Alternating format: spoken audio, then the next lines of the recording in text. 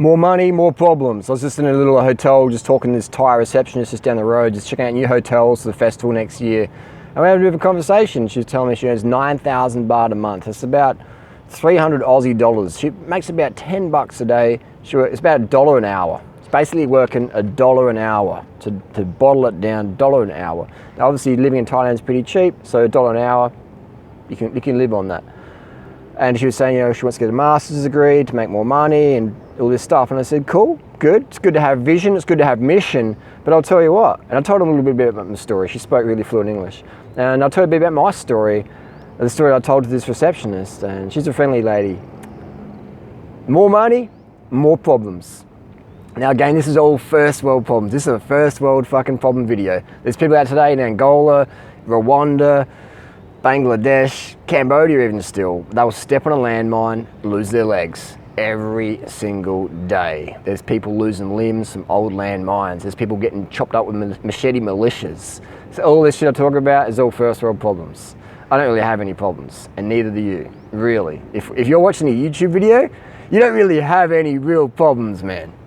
Doesn't mean you should be a doormat or bend over or whatever, but don't fucking kill yourself. Don't dwell on negativity too fucking much. And that's not a fake smile, that's legit, straight up. Don't jump over the edge, man. It ain't worth it. Problems, first world fucking problems. Anyway, so I was just saying, like, so my history about me, I've lived on the street in Australia. And again, being homeless and welfare in Australia isn't like being in Rwanda, okay? So I can play the victim card and poor me, you know, I did it tough, I was in Australia, you know, and I had nowhere to stay and mum kicked me out and it's just tough going. First world fucking problems. But I'll tell you the story. Planes overhead. Let's keep rolling. I don't do jump cuts. Jump cuts don't suit my personality. There's no jump cuts in life. Do jump cuts if you want, but I don't. Straight up, heart in the sleeve, legit, tell you how it is. So when I was 17, my mum kicked me out of home because I was a little shit cunt. And it was one of the best things that ever happened to me. I was living on the street doing crime to buy fucking McDonald's and food just to, you know, make ends meet. And then I got a little place, you know, the government in Australia, anywhere in the world, you know, you can get welfare, you can get a little cheap rental, you get stuff like that. Same in the USA, same in Australia, same in the UK, same in most, you know, Western nations around the world. So I got a little place and I'm homeless, you know, and then got a place and I was homeless again because I couldn't afford the rent because I was blowing it on drugs and just fucking around. Just basically fucking my life up, in control of fucking my life up versus in control of making my life work for me.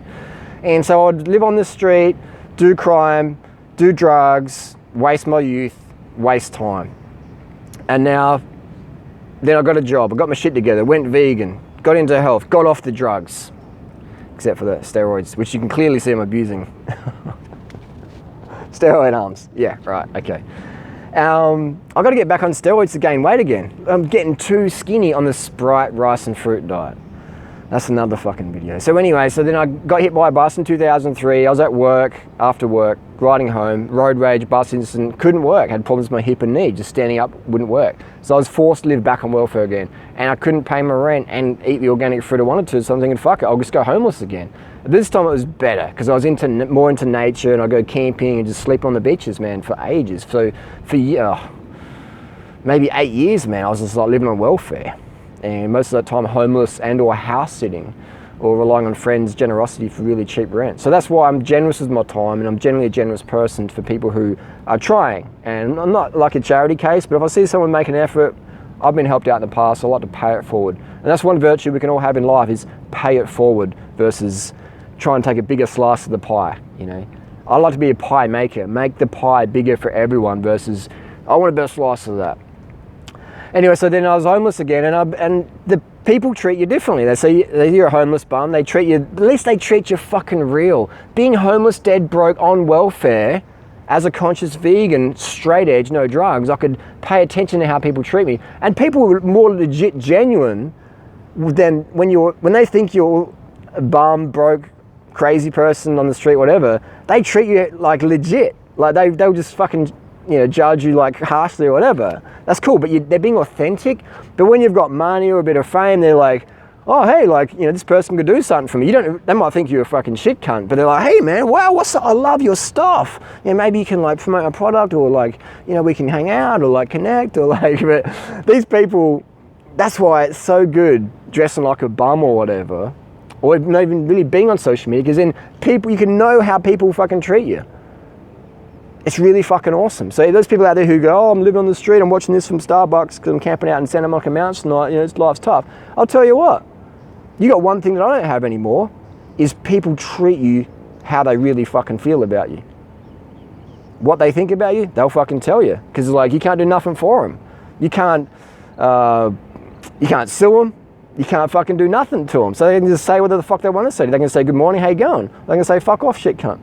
So you know exactly where you stand with these people. More money, more problems. My friends who are fucking minted, man. I've got some friends who are fucking minted. Some younger ones in their 20s and some older ones in their 60s and 40s and 50s and minted. We're talking like multi-million-dollar incomes per year. And they tell me the same thing. Mate, more money, more problems. You got more liability, you got litigation, you're not sure if your wife or your husband's only with you for the money or whatever.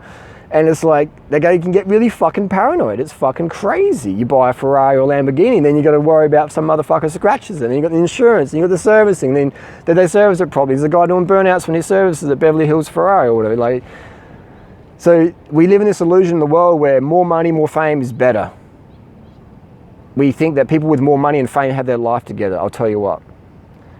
I've lived on the street, dead broke, on welfare, homeless, to where I'm now, no debt, money in the bank, live in Thailand the rest of my life. Money's never a problem for me ever again.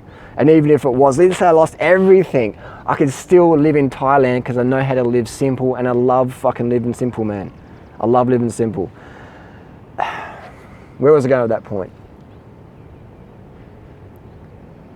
That it's not worth giving up your goals, your dreams to get the money and the fame. And if you're thinking that's going to make you happy, because I'll tell you what, man, I know some pretty well-off people and some pretty famous people, relative famous on the internet, whatever, totally fucking miserable in real life. Behind the scenes. Once the fucking fans are gone, the crowd is gone, once the camera's off, you see real life. You see drug addiction. You see this obsessive self-criticism going on. Like behind the scenes, when people really open up to you, you never see it on camera ever. No one ever shows that side of you themselves. People do a fucking breakup video, do fucking jump cuts in it. What the fuck, man? Jump cuts.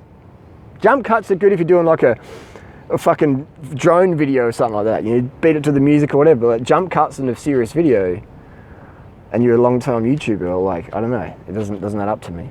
That's just me. I would say that having your mission is the most important thing in life. Obviously you got your health, but having your mission, why the fuck do you get out of bed every day? If it's to pay the bills, to put the roof over your head, and you're doing that in a job that fucking just saps your soul, it's just something you just can't do anymore. But you do it for the money. Here we go. If you're doing it for the fucking money, get the fuck out now. Quit today. Tell your boss to fuck off.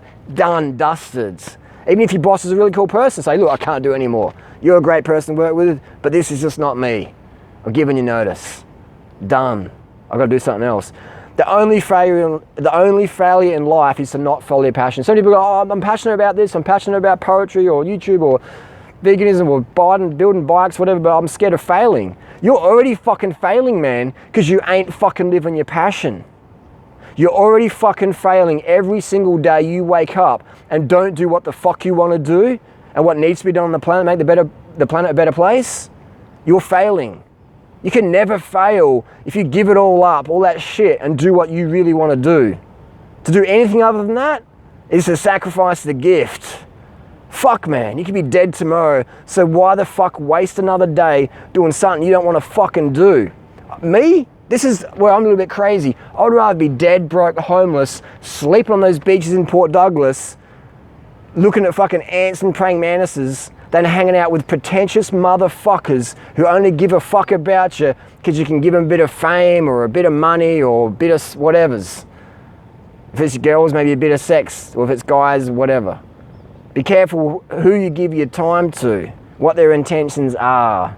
Ask yourself, if I was dead broke, overweight, out of shape, living on the street, but with still the same personality, would this person give me the fucking time of day?